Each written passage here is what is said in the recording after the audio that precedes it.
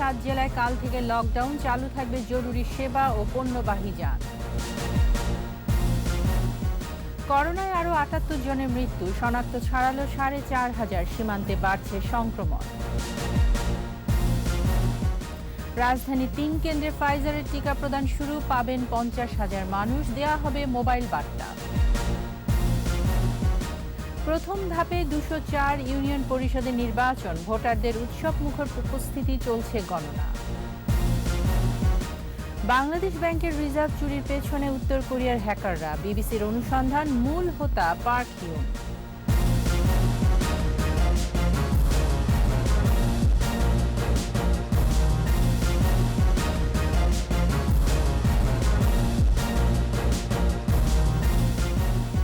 শুনছিলেন first security ইসলামী bank limited সংবাদ শিরোনাম। আমন্ত্রণ সন্ধ্যা 7:21 সংবাদে, সাথে আছি আমি তাইজুল রহমান।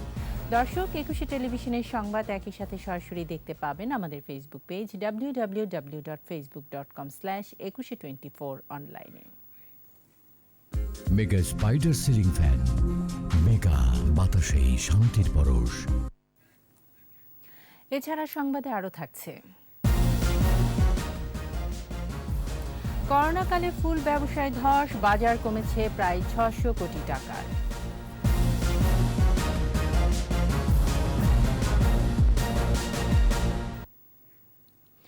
করোনার ভয়াবহ সংক্রমণ থেকে রাজধানী ঢাকাকে রক্ষা করতে নারায়ণগঞ্জ, গাজীপুর সহ পার্শ্ববর্তী 7 জেলায় কঠোর লকডাউন দেওয়া হয়েছে। মঙ্গলবার ভোর 6টা থেকে আগামী 30 জুন মধ্যরাত পর্যন্ত কঠোর বিধিনিষেধ কার্যকর করার কথা জানিয়েছেন মন্ত্রিপরিষদ সচিব খন্দকার আনোয়ারুল ইসলাম।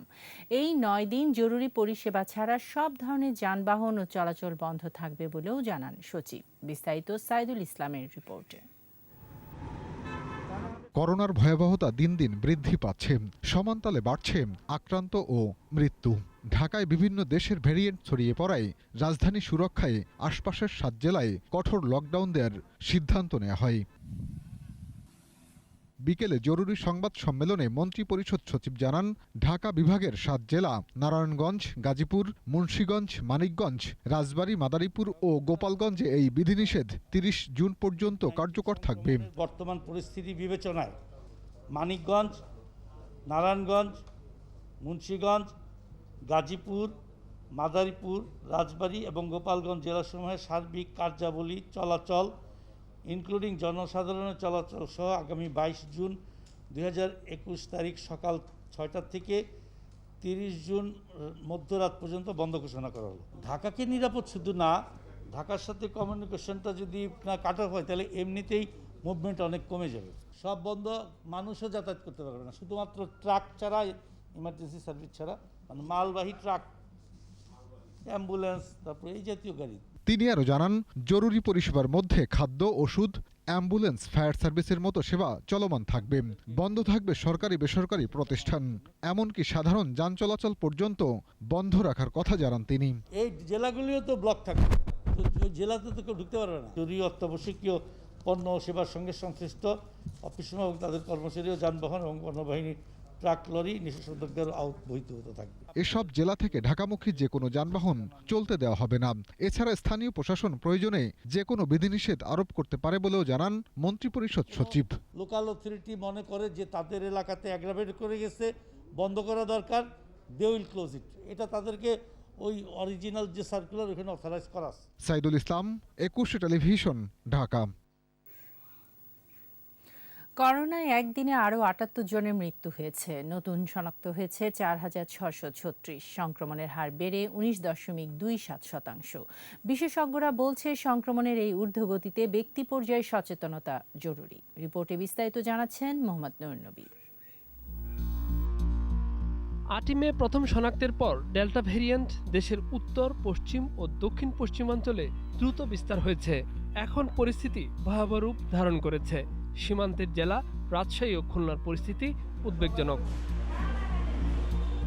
আঞ্চলিক লকডাউনের পাশাপাশি এবার রাজধানীর আশপাশের 7 জেলাও লকডাউনের সিদ্ধান্ত হয়েছে।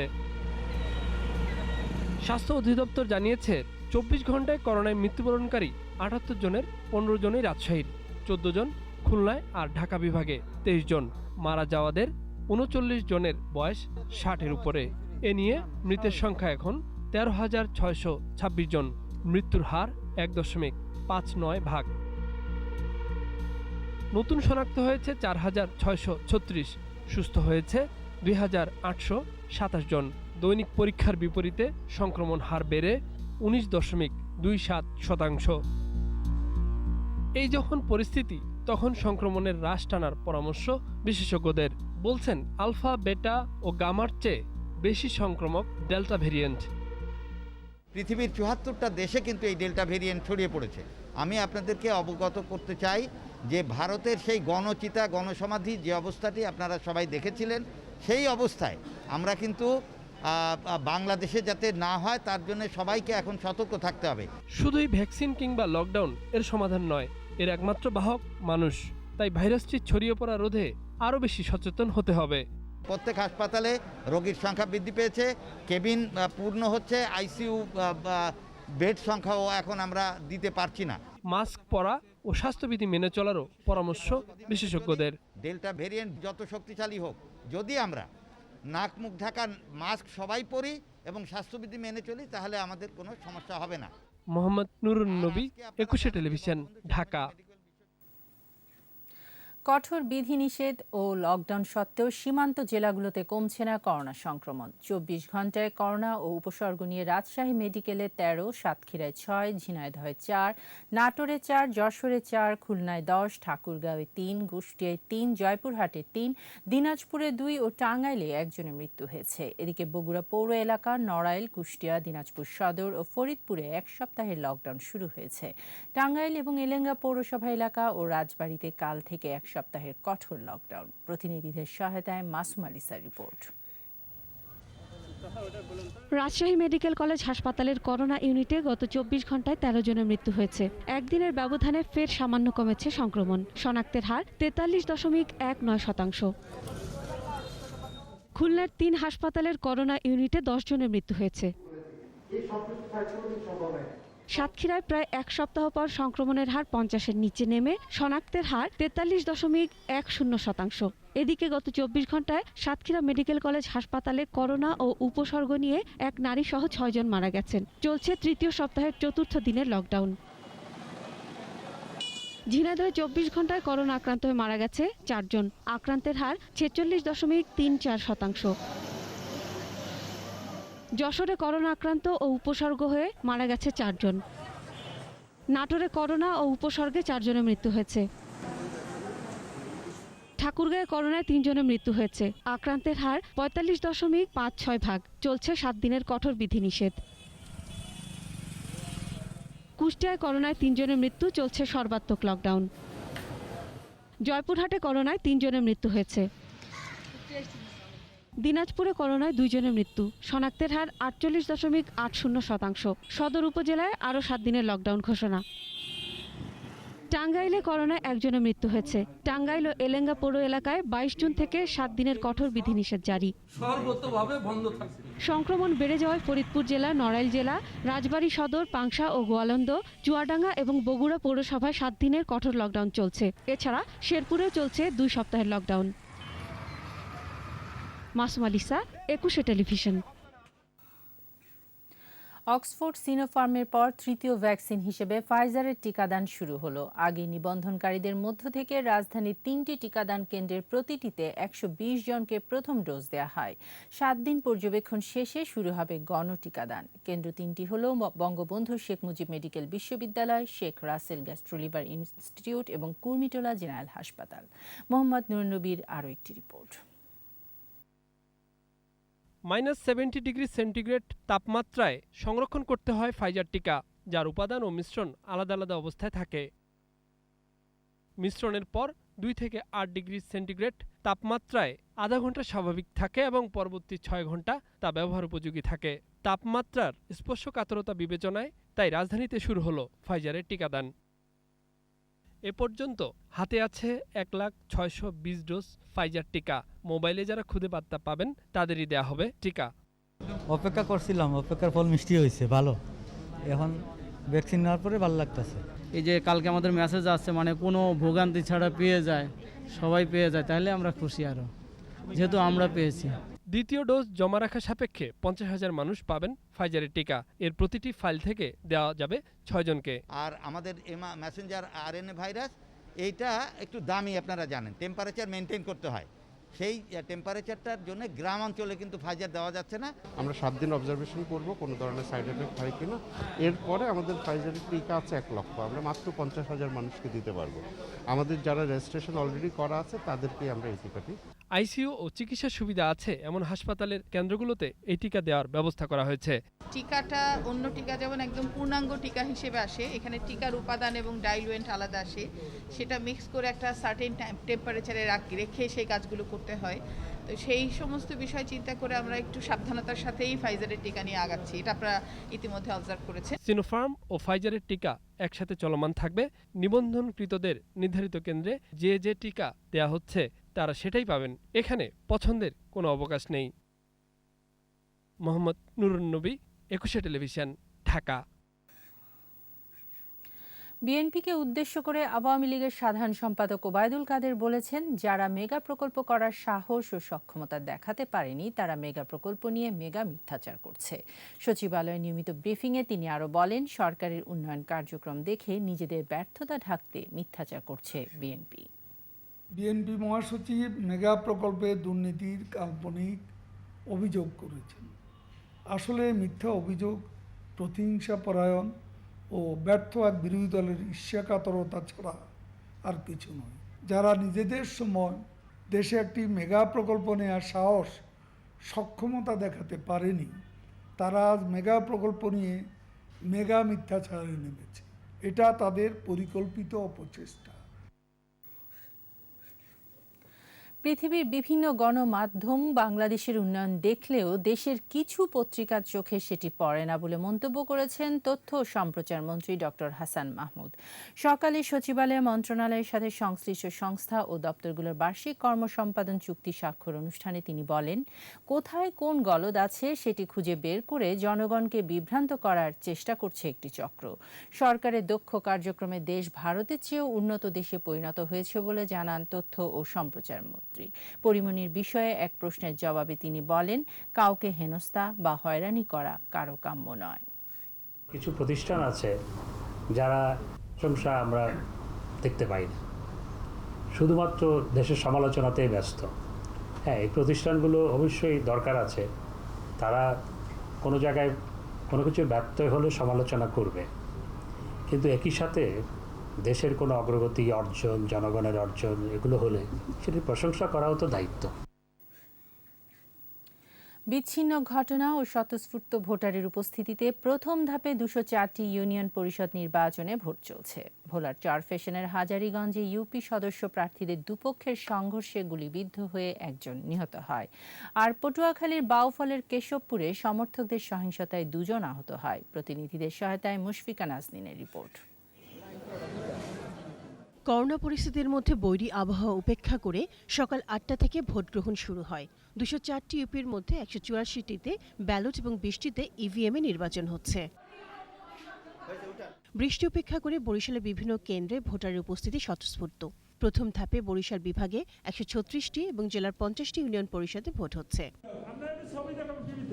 পাপুলকাণ্ডে শূন্য হওয়া লক্ষ্মীপুর 2 আসন উপনির্বাচন ও রামগতি কমলনগরে 6টি ইউনিয়নে ভোট গ্রহণ শুরু হয় সকালে। কেন্দ্রগুলোয় পুরুষ ভোটারের চাইতে নারীদের উপস্থিতি ছিল বেশি।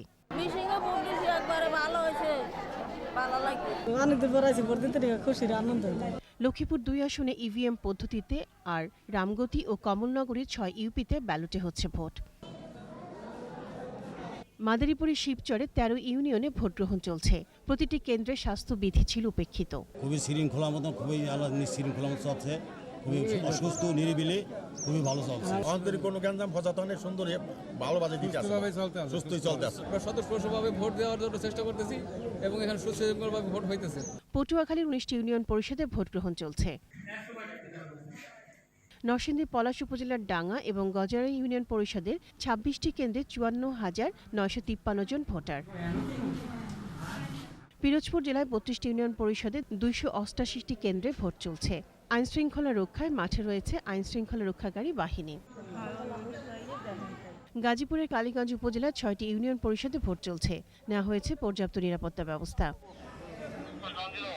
নির্ধারিত 367 ইউনিয়ন পরিষদের মধ্যে করোনার উচ্চ ঝুঁকি সম্পন্ন এলাকা হওয়ায় 166টিতে ভোট স্থগিত।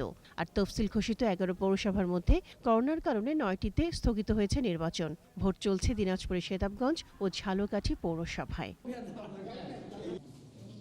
মুশফিকা নাজনীন, একুশে টেলিভিশন। 2016 সালে বাংলাদেশ ব্যাংকের 8 কোটি 10 লাখ ডলার রিজার্ভ চুরির ঘটনা ছিল হ্যাকারদের বহু বছরের পরিকল্পনার ফল।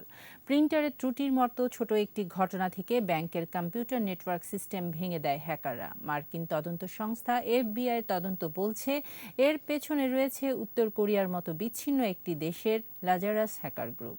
সংবাদ মাধ্যম বিবিসির প্রতিবেদনে উঠে আসে নানা তথ্য। রিপোর্ট দুলি মল্লিকের। বাংলাদেশ ব্যাংকের রিজার্ভ চুরির ঘটনা পুরো বিশ্বে আলোড়ন তুলে। এ নিয়ে তদন্ত কম হয়নি। চুরি হওয়া 8 কোটি 10 লাখ ডলারের মধ্যে মাত্র 1.5 কোটি ফেরত পায় বাংলাদেশ। এর শুরুটা ছিল অবিশ্বাস্য। একটি প্রিন্টারে ত্রুটি থেকে তার শুরু। 2016 সালের 5 ফেব্রুয়ারি শুক্রবার সকাল 8:45 বাংলাদেশ ব্যাংক ভবনের 10 তলার সুরক্ষিত জায়গার প্রিন্টারটি অকেজো হয়ে যায়। বড় ধরনের বিপদে পড়ার এটাই ছিল প্রথম ইঙ্গিত। এরপর হ্যাকাররা ব্যাংকের কম্পিউটার নেটওয়ার্ক ভেঙে দেয়। সুইফটের প্রযুক্তি ব্যবহার করে সাইবার হামলা চালায়। সরিয়ে নেয় 8 কোটি 10 লাখ ডলার। অর্থ সরানোর জন্য বাংলাদেশ, যুক্তরাষ্ট্র ও ফিলিপাইন 3 দেশের সাপ্তাহিক ছুটিকে কাজে লাগায়। ফেক ব্যাংক অ্যাকাউন্ট, ক্যাসিনো ও দাতব্য সংস্থাকে ব্যবহার করে। মার্কিন গোয়েন্দা সংস্থা FBI জানায়, উত্তর কোরিয়ার লাজারাস নামে হ্যাকার্স গ্রুপ পরিকল্পিতভাবে বহু বছর ধরে প্রস্তুতি নিয়েছে। সারা বিশ্বে নেটওয়ার্ক সিস্টেম ভেঙে অর্থ আত্মসাতের পরিকল্পনা ছিল তাদের। মূল হোতা উল্লেখ করা হয় পার্ক জিওন হিওককে। তবে বিশ্বের অন্যতম দরিদ্র ও বিচ্ছিন্ন এই দেশটি কিভাবে এলিট সাইবার ক্রিমিনাল টিম তৈরি করলো সেটা এখনো প্রশ্নই রয়ে গেছে। দুলি মল্লিক, একুশে টেলিভিশন। নিচ্ছি প্রিমিয়ার ব্যাংক লিমিটেড সংবাদ বিরতি। যখন ফিরছি তখন থাকবে চট্টগ্রাম নগর আওয়ামী লীগের থানা সম্মেলন নভেম্বরের মধ্যে সাম্প্রদায়িক শক্তির অনুপ্রবেশ ঠেকাতে কেন্দ্রের নির্দেশনা। গতি ফিরেছে পুঁজিবাজারে, নতুন কমিশনের সাফল্যের পাল্লা ভারী বলছেন বিশ্লেষকরা।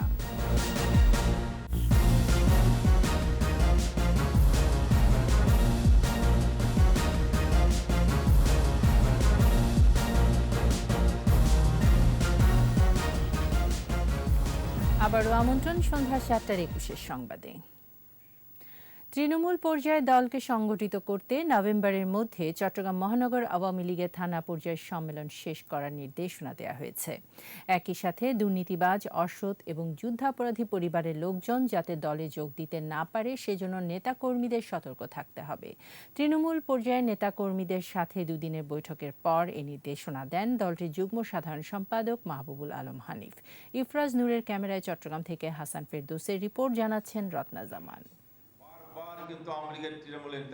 দলের নেতাকর্মীদের মধ্যে সুসম্পর্ক গড়ে তোলা, তৃণমূল পর্যায়ে দলকে সংগঠিত করতে গত দুদিন ধরে চট্টগ্রাম মহানগর আওয়ামী লীগের নেতাকর্মীদের সাথে রুদ্ধদ্বার বৈঠক করেন দলটির যুগ্ম সাধারণ সম্পাদক মাহবুবুল আলম হানিফ। তৃণমূল পর্যায়ের নেতারা নিজেদের ক্ষোভ বিক্ষোভ, দলকে সংগঠিত করা, অন্য দল থেকে যোগ দিয়ে উপদলীয় কোন্দল তৈরি করা সহ বিভিন্ন বিষয় নিয়ে কথা বলেন। সাংগঠনিক কার্যক্রমে গতিশীলতা আনতে আগামী নভেম্বরের মধ্যে চট্টগ্রাম মহানগর আওয়ামী লীগের সম্মেলন শেষ করার নির্দেশনা দেয়া হয়েছে বলে জানান দলটির যুগ্ম সাধারণ সম্পাদক মাহবুবুল আলম হানিফ। ওয়ার্ড এবং থানা সম্মেলন শেষ হওয়ার পরে আমাদের মহানগর সম্মেলনের সকল প্রস্তুতি সম্পন্ন হওয়ার পরে আমাদের দলের প্রধান, দলের সভাপতি মাননীয় প্রধানমন্ত্রী শেখ হাসিনার ওনার কাছ থেকে একটা সুইটেবল আমরা সময় নিয়ে এই চট্টগ্রাম মহানগরে আমরা সম্মেলনটা করব। আগামীতে কোনো দুর্নীতিবাজ, অসৎ ব্যক্তি এবং যুদ্ধাপরাধী পরিবারের লোকজন যাতে আওয়ামী লীগে যোগ দিতে না পারে সেজন্য নগর নেতাদের সতর্ক করে দেন এই কেন্দ্রীয় নেতা। সুযোগ সন্ধানে যদি কেউ প্রবেশ করে, যারা আসে ক্ষমতার স্বাদটা পাওয়ার জন্য, তারা হলো ক্ষতিকারক। তাদের ব্যাপারে আমাদের কঠোর নির্দেশনা আছে। রত্না জামান, একুশে টেলিভিশন। 2002 সালের সাতক্ষীরায় তৎকালীন বিরোধী দলীয় নেতা বর্তমান প্রধানমন্ত্রী শেখ হাসিনার গাড়ি বহরে হামলার মামলায় বিভিন্ন মেয়াদে সাজাপ্রাপ্ত 7 জনকে হাইকোর্টে দেওয়া জামিন স্থগিত থাকবে বলে আদেশ দিয়েছেন আপিল বিভাগ। রাষ্ট্রপক্ষের লিপ্ট আপিল নিষ্পত্তি করে সোমবার প্রধান বিচারপতি সৈয়দ মাহমুদ হোসেনের নেতৃত্বাধীন ভার্চুয়াল আপিল বেঞ্চ এ আদেশ দেন। গত 26 মে ওই 7 আসামিকে জামিন দিয়েছিলেন হাইকোর্ট। এর বিরুদ্ধে রাষ্ট্রপক্ষের আবেদনের শুনানি নিয়ে 27 মে আপিল বিভাগের চেম্বার আদালত জামিনের উপর স্থগিতাদেশ দিয়েছিলেন। 2002 সালের সাতক্ষীরার কলারোয়ায় প্রধানমন্ত্রী শেখ হাসিনার গাড়ি বহরে হামলা চালায়। ওই দিনই কলারোয়া উপজেলা মুক্তিযোদ্ধা কমান্ডার মুসলিম উদ্দিন বাদী হয়ে মামলা দায়ের করেন।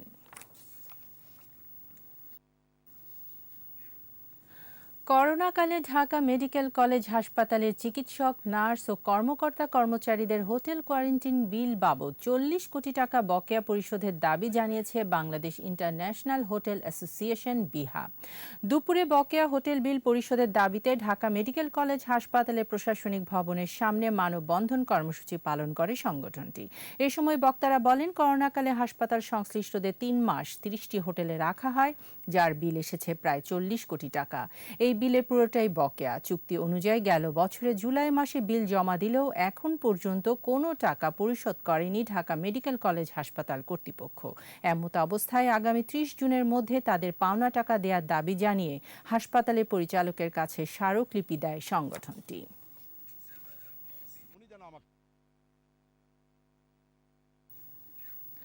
ভোলার চরফ্যাশনে ইউনিয়ন পরিষদ নির্বাচনকে কেন্দ্র করে 2 মেম্বার প্রার্থীর সমর্থকদের মধ্যে ধাওয়া পাল্টা ধাওয়ায় গুলিবিদ্ধ হয়ে মনিরুল ইসলাম নামে একজনের মৃত্যু হয়েছে। স্থানীয়রা জানায়, সকালে কেন্দ্রের বাইরে ফুটবল প্রতীকের মেম্বার প্রার্থী ইয়াসিন মাঝি ও টিউবওয়েল প্রতীকের প্রার্থী ইউসুফ শিকদারের সমর্থকদের মধ্যে ধাওয়া পাল্টা ধাওয়া হয়। এ সময় পরিস্থিতি নিয়ন্ত্রণে পুলিশ রাবার বুলেট ছোড়ে। ভোলার পুলিশ সুপার সরকার মোহাম্মদ কায়সার জানান, টিউবওয়েল প্রতীকের ছেলের গুলিতে মনির মারা যায়। এদিকে পটুয়াখালীর বাউফলের কেশবপুরে সমর্থকদের সহিংসতায় 2 জন আহত হয়।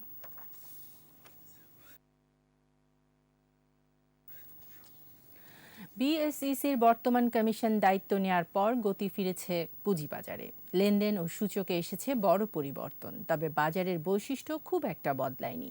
স্বার্থ রক্ষায় বাজারকে জিম্মি করার পুরানো কৌশল ছাড়তে পারেননি বড় বিনিয়োগকারীরা, আর ছোট কোম্পানির শেয়ারে ভর করে সক্রিয় কারসাজি চক্র। তারপরও প্রথম বছরে নতুন কমিশনের সাফল্যের পাল্লাই ভারী দেখছেন বিশ্লেষকরা। মেহেদী হাসানের রিপোর্ট। পুঁজিবাজারের চরম দুর্দিনে গেল বছরের 17 মে বিএসইসির চেয়ারম্যানের দায়িত্ব পান অধ্যাপক শিবলি রুবায়েতুল ইসলাম। এরপর 2 দফায় আরও 3 কমিশনার নিয়োগের মাধ্যমে গত বছর 9 জুন পূর্ণতা পায় বর্তমান কমিশন। দায়িত্ব নিয়ে বিনিয়োগকারীদের আস্থা ফেরাতে কাজ শুরু করেন তারা। স্থবির পুঁজিবাজারে ফিরতে শুরু করে গতি। মাত্র 1 বছরের ব্যবধানে ডিএসইর 150 কোটি টাকার দৈনিক গড় লেনদেন এখন 2000 কোটি টাকার উপরে। 4000 পয়েন্ট থেকে সূচক 6000 পয়েন্টে। আর 3,15,000 কোটি টাকার বাজার মূলধন প্রায় 2 লাখ কোটি টাকা যোগ হয়ে উন্নীত হয়েছে 5 লাখ কোটি টাকায়। এই বৃদ্ধিটাই কিন্তু প্রমাণ করে যে আমরা যে সমস্ত কাজ করেছি সেগুলো মার্কেটের জন্য সহায়ক। আমরা সুপারভিশন এবং মনিটরিংকে ব্যাপকভাবে বৃদ্ধি করেছি। আমরা অনেক ধরনের যে আইনগত ব্যত্যয়গুলো ছিল সেগুলোকে পরিবর্তন করার চেষ্টা করেছি। এদিকে গত 1 বছরে 16টি আইপিও, সুকুক বন্ড চালুর উদ্যোগ, মার্কেট স্টেবিলাইজেশন ফান্ড ও এসএমই বোর্ড গঠন, 30টি নতুন ট্র্যাক ইস্যু, আইপিওতে লটারি প্রথার বিলুপ্তি ও ডিজিটাইজেশন কার্যক্রমকে এগিয়ে নেওয়ার মতো অনেক প্রশংসনীয় কাজও করেছে বিএসইসি। কোনোভাবে কমোডিটি মার্কেট তৈরি করা যায় কিনা আমরা চেষ্টা করছি, কোনোভাবে মিউনিসিপাল বন্ড এখানে আনা যায় কিনা। কমিশনের প্রথম বছরের বেশিরভাগ কার্যক্রমকে ইতিবাচক বলছেন বিশ্লেষকরাও। তবে বিমা সহ কিছু ছোট কোম্পানির শেয়ারের অস্বাভাবিক দর বৃদ্ধির ঘটনায় কমিশনের নির্লিপ্ততায় হতাশ তারা। কিছু বিশৃঙ্খল পরিস্থিতি দেখতে পাচ্ছি। কিছু কিছু সেক্টরের শেয়ার আনবিলিভেবলি হাই করছে, আনরিজনেবলি হাই করছে, এবং সেখানে যথেষ্ট মনিটরিংয়ের প্রয়োজন আছে।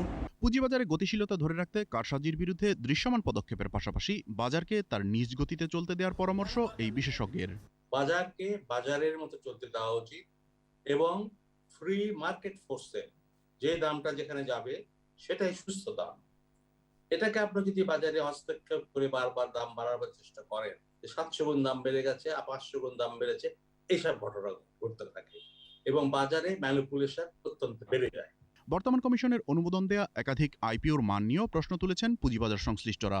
আইপিওতে কোটা সুবিধা বাতিল সহ ত্রুটিমুক্ত বুক বিল্ডিং পদ্ধতি নিশ্চিতের দাবিও তাদের। মেহেদী হাসান, 21 টেলিভিশন, ঢাকা। করোনাকালে ফুলের বাজারে মন্দা। 2020 সালের মার্চে সংক্রমণ শুরুর পর ধস নামে ফুল ব্যবসায়। এক ধাক্কায় 1600 কোটি টাকার বাজার নেমে আসে 900 কোটি টাকায়। এ অবস্থায় অনেকেই গুটিয়ে নিয়েছেন ফুল চাষ। চাষের জমি কমেছে প্রায় 1000 হেক্টর। ক্ষতি পোষাতে সরকারি সহায়তা চান ফুল চাষি ও ব্যবসায়ীরা। মফিউর রহমানের রিপোর্ট। সাভারের গোলাপগ্রাম, মন ভালো নেই ফুল চাষিদের। নষ্ট হচ্ছে ক্ষেতের ফুল, অনেকেই ফুল কেটে ফেলে দিচ্ছেন। 2 বছর আগে 2019 সালে দেশে ফুল চাষ হয় 6000 হেক্টর জমিতে। করোনাকালে চাষের জমি কমেছে প্রায় 1000 হেক্টর। বিক্রির লক্ষ্য 1600 কোটি টাকা থাকলেও 2020 সালে বিক্রি হয় 900 কোটি টাকার মতো। ফুল উৎপাদন, পরিবহন ও বিপণনের সাথে জড়িত প্রায় 30 লাখ মানুষ। করোনার ধাক্কায় ফুল চাষের সাথে জড়িত 40 ভাগ মানুষই বেকার হয়েছে। যারা চাষ করছেন তারাও লোকসানের মুখে। চাষিরা বলছেন, করোনায় অনুষ্ঠান কমে যাওয়ায় বিক্রি কমেছে। ফুলের জমিতে এখন অন্য ফসল। বাগানে ফুল বাগানে থাকে, কাস্টমার আসে না। আবার যে ফুলগুলো কাইটে আনছি বিক্রি হয় না।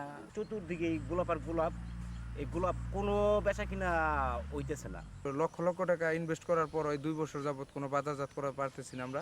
সাভারের কৃষি কর্মকর্তা জানালেন, ক্ষতিগ্রস্ত কৃষকদের কিছু ক্ষতিপূরণ দেয়া হবে। আমরা যারা করোনাকালীন সময়ে ক্ষতিগ্রস্ত চাষিদের একটা তালিকা তৈরি করে আমরা উপজেলা পরিষদ থেকে 3.5 লাখ টাকার একটা অর্থায়ন পেয়েছি। ফুলের রাজধানী যশোরের গদখালির চিত্র একই রকম। ফুল চাষ থেকে মুখ ফিরিয়ে নিচ্ছেন চাষিরা। বাংলাদেশ ফ্লাওয়ার সোসাইটির সভাপতি জানালেন, সরকারি সহায়তা ছাড়া ঘুরে দাঁড়ানো সম্ভব না। আমাদের এই সেক্টরকে ঘুরে দাঁড়ানোর জন্য বর্তমান সরকারের প্রণোদনা টাকা ধারাবাহিকভাবে কৃষক এবং ব্যবসায়ীদের মাঝে বিতরণের ব্যবস্থা করতে হবে। বাণিজ্য মন্ত্রণালয় সহায়তা পেলে বিদেশে ফুল রপ্তানি করে ক্ষতিপূরণ পুষিয়ে নেওয়া সম্ভব বলে মনে করছেন ফুল ব্যবসায়ীরা। মফিউর রহমান, 21 টেলিভিশন, ঢাকা। নিচ্ছি প্রিমিয়ার ব্যাংক লিমিটেড সংবাদ বিরতি। বিরতির পর যা থাকবে: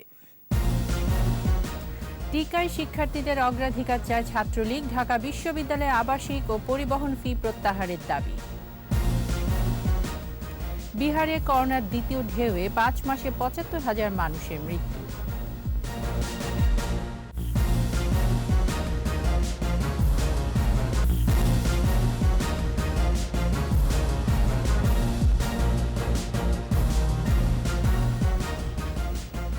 আবারও আমন্ত্রণ সন্ধ্যা 7টার 21 সংবাদে। আবাসিক ও পরিবহন ফি প্রত্যাহার এবং শিক্ষার্থীদের শতভাগ ভ্যাকসিনেশনের আওতায় আনার দাবি জানিয়েছে ঢাকা বিশ্ববিদ্যালয় ছাত্রলীগ। দুপুরে রাজু ভাস্কর্যের সামনে আয়োজিত ছাত্র সমাবেশে বক্তব্য রাখেন ঢাকা বিশ্ববিদ্যালয় ছাত্রলীগের সভাপতি সঞ্জিত চন্দ্র দাস ও সাধারণ সম্পাদক সাদ্দাম হোসেন। এ সময় অগ্রাধিকার ভিত্তিতে চীন থেকে আনা করোনার টিকা ঢাকা বিশ্ববিদ্যালয়ের শিক্ষার্থীদের দেওয়ার দাবি জানান তারা। শিক্ষার্থীদের স্বাস্থ্য সুরক্ষায় বিশ্ববিদ্যালয়ের হাসপাতাল সংস্কার ও সেবার মান বৃদ্ধির দাবি জানান বক্তারা। আবাসিক হল সংকট নিরসনে বিশ্ববিদ্যালয়ের মাস্টার প্ল্যান বাস্তবায়নের দাবি জানানো হয় ছাত্র সমাবেশ থেকে।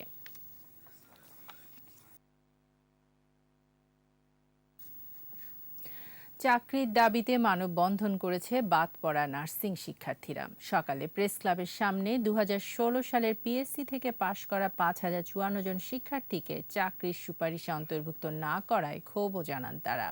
নার্সিং শিক্ষার্থীরা বলছেন, প্রায় 10 বছর অপেক্ষার পরে এখনও চাকরি না পাওয়ায় অনিশ্চিত ভবিষ্যতের দিকে যাচ্ছেন তারা।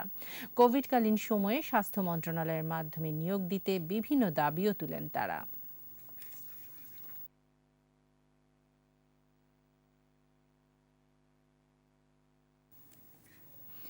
এবার ব্যবসা বাণিজ্যের খবর।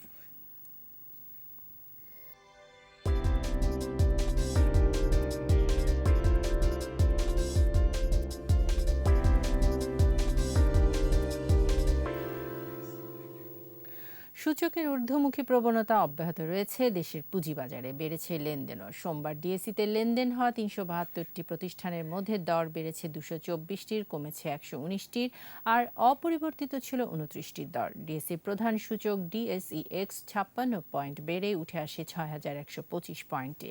দিন শেষে ডিএসইতে লেনদেনের পরিমাণ দাঁড়ায় ২,০৪৩ কোটি ৪৮ লাখ টাকা। এদিকে সূচক বেড়েছে অপর স্টক এক্সচেঞ্জ সিএসইতেও। লেনদেন হয়েছে ৭৯ কোটি ৩৭ লাখ টাকা শেয়ার ও মিউচুয়াল ফান্ড। এবার আন্তর্জাতিক খবর।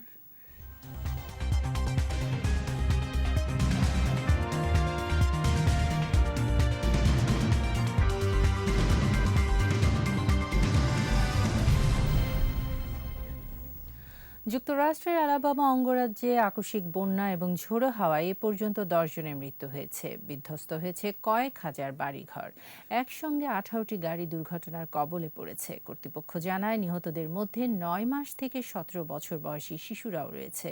ভেজা রাস্তার কারণে গাড়ি দুর্ঘটনায় তারা প্রাণ হারান। এদিকে বন্যার পানিতে কিছু কিছু হাসপাতালে পানি প্রবেশ করেছে, ব্যাঘাত ঘটছে চিকিৎসা সেবায়।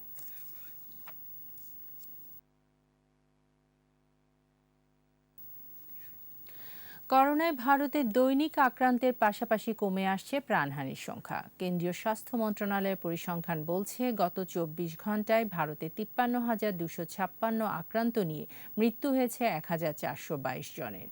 আক্রান্ত এবং মৃত্যুর এ সংখ্যা গেল ৮৮ দিন পর সর্বনিম্ন, জানিয়েছে দেশটির সংবাদ মাধ্যমগুলো। এদিকে করোনা ভ্যাকসিনের ২টি ডোজের মধ্যে ব্যবধান বাড়ায় বিপরীত কোনো প্রভাব পড়বে না বলে জানিয়েছে দিল্লি এইমস। অন্যদিকে পরিস্থিতির উন্নতি হওয়ায় কর্ণাটকের ১৭ জেলায় গণপরিবহন চলাচল শুরু হয়েছে, খুলে দেওয়া হয়েছে হোটেল রেস্তোরাঁ। অপরদিকে বিহারে করোনার দ্বিতীয় ঢেউয়ে গেল ৫ মাসে ৭৫,০০০-এরও বেশি মানুষের মৃত্যু হয়েছে, বেড়েছে হাসপাতালে ভর্তির সংখ্যা।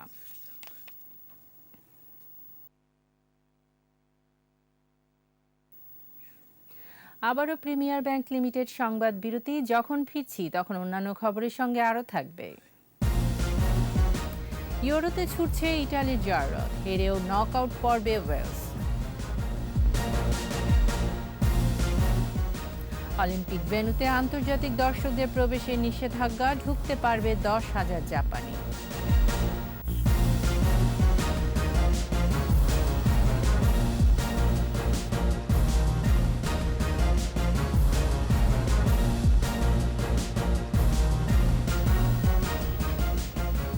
আবারও আমন্ত্রণ সন্ধ্যা ৭টার ২১ সংবাদে। এবারে খেলার খবর।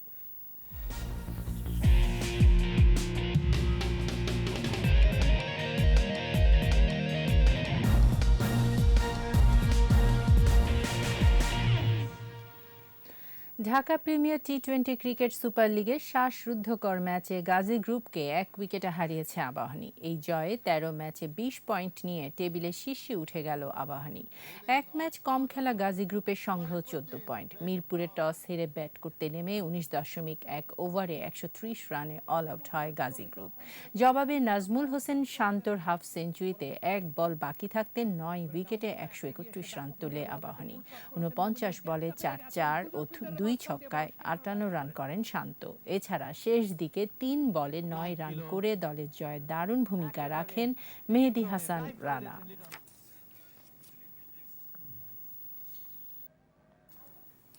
এদিকে কোপা আমেরিকায় প্যারাগুয়ের বিপক্ষে মাঠে নামবে আর্জেন্টিনা। ম্যাচটি শুরু হবে বাংলাদেশ সময় মঙ্গলবার ভোর ৬টায়। এর আগে ভোর ৩টায় চিলির সাথে খেলবে উরুগুয়ে।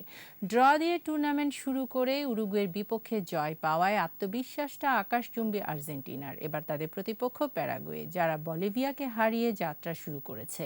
তাই আর্জেন্টাইন কোচ বেশ সতর্ক। শিষ্যদের সতর্ক থাকার নির্দেশ দিয়েছেন স্কালোনি। এ ম্যাচে লাউতারোর পরিবর্তে সুযোগ পেতে পারেন সার্জিও আগুয়েরো। এদিকে জয়ের ধারা অব্যাহত রাখতেই মাঠে নামবে প্যারাগুয়ে।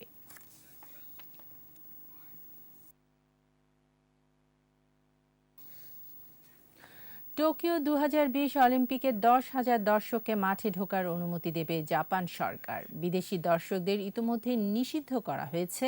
তবে আয়োজকরা জানিয়েছে দেশীয় অনুরাগীরা স্বাস্থ্যবিধি মেনে ভেন্যুর সক্ষমতার ৫০% উপস্থিত থাকতে পারবে। তবে ভক্তদের চিকিৎসা ভক্তদের চিৎকার কিংবা উচ্চস্বরে কথা বলতে দেয়া হবে না এবং তাদের অবশ্যই মাস্ক পরতে হবে। 23 জুলাই শুরু হবে টোকিও অলিম্পিক আর 24 আগস্ট শুরু হবে প্যারালিম্পিক। প্যারালিম্পিকের দর্শক সংখ্যা কত হবে তা নিশ্চিত করা হবে 1 জুলাই।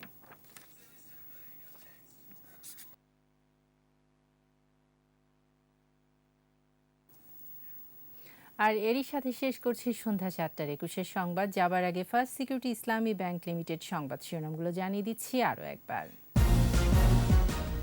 ঢাকা বিভাগের 7 জেলায় কাল থেকে লকডাউন, চালু থাকবে জরুরি সেবা ও পণ্যবাহী যান। করোনায় আরও 78 জনের মৃত্যু, শনাক্ত ছাড়ালো 4500, সীমান্তে বাড়ছে সংক্রমণ। রাজধানীর 3 কেন্দ্রে ফাইজারের টিকা প্রদান শুরু, পাবেন 50,000 মানুষ, দেওয়া হবে মোবাইল বার্তা। প্রথম ধাপে 2004 ইউনিয়ন পরিষদের নির্বাচন, ভোটারদের উৎসব মুখর উপস্থিতি, চলছে গণনা। বাংলাদেশ ব্যাংকের রিজার্ভ চুরির পেছনে উত্তর কোরিয়ার হ্যাকাররা, বিবিসির অনুসন্ধান, মূল হোতা পার্ক হিউন।